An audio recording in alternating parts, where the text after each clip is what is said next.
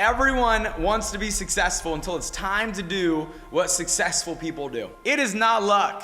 It is the outcome of you putting in the work to become the man, become the woman that you need to do and be in order to win and succeed. It's scary, right? I lived a scary life. But by going through all of that, I am now respected.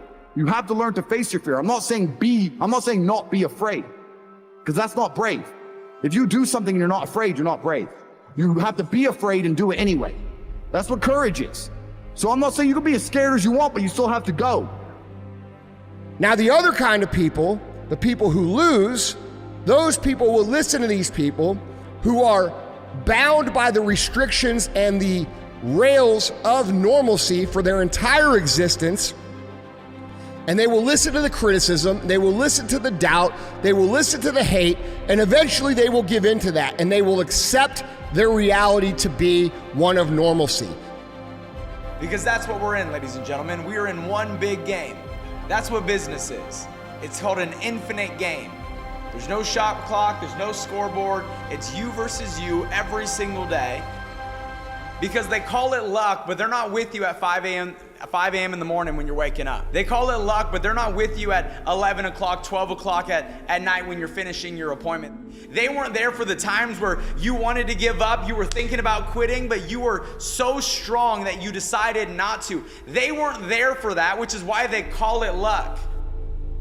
Let's become aware when we're not feeling good, when we're not doing the things that give us the results we want, we are emotionally involved with a destructive concept that we put in here ourselves. Let's consciously and deliberately build a positive idea, get emotionally involved with the positive idea, and simultaneously we move into a positive vibration. Everything changes. Those who have swords and know how to use them, but keep them sheathed, will inherit the world. Because to be a winner, you want to be disciplined, you want to know what you're doing, and then you want to be on the edge where your skills are being developed. And if you're going to be on the edge where your skills are going to be developed, you're at a place where losing is always a possibility, because otherwise you're not pushing yourself beyond your current capacity. And it's your ability to learn to control yourself by controlling your thoughts that will determine where you end up. And the Bible says, hold all thoughts captive. What does that mean? It just means to stay in control of the things that you think about.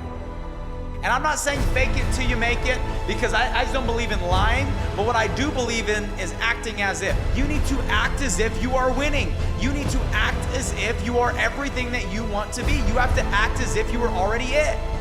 This is spiritual warfare. I know the adversary is at work every single minute of every single day. And so as a leader, I got to know that, which means I got to inject energy. I got to inject communication. I got to inject positivity. I got to continue to sell him the dream day in and day out.